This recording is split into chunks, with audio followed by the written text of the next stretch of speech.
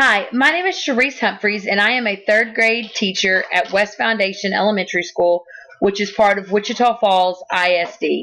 I have been using Google in my personal life for about 10 years and introduced it into my classroom about 3 years ago when I wrote a grant to get Chromebooks into my classroom. My teaching style and philosophy has always been to create a digital world.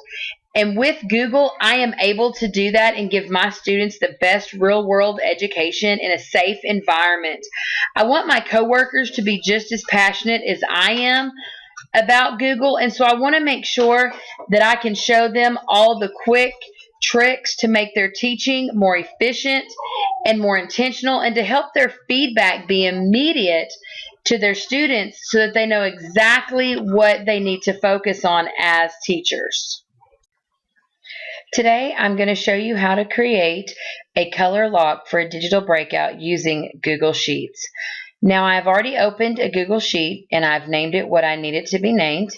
I'm going to come down here to cell A and I'm going to type a question that I want my students to be able to answer.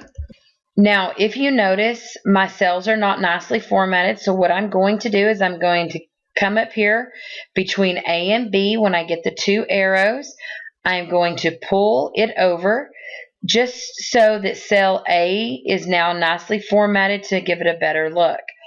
I'm then going to come over and click on cell B1.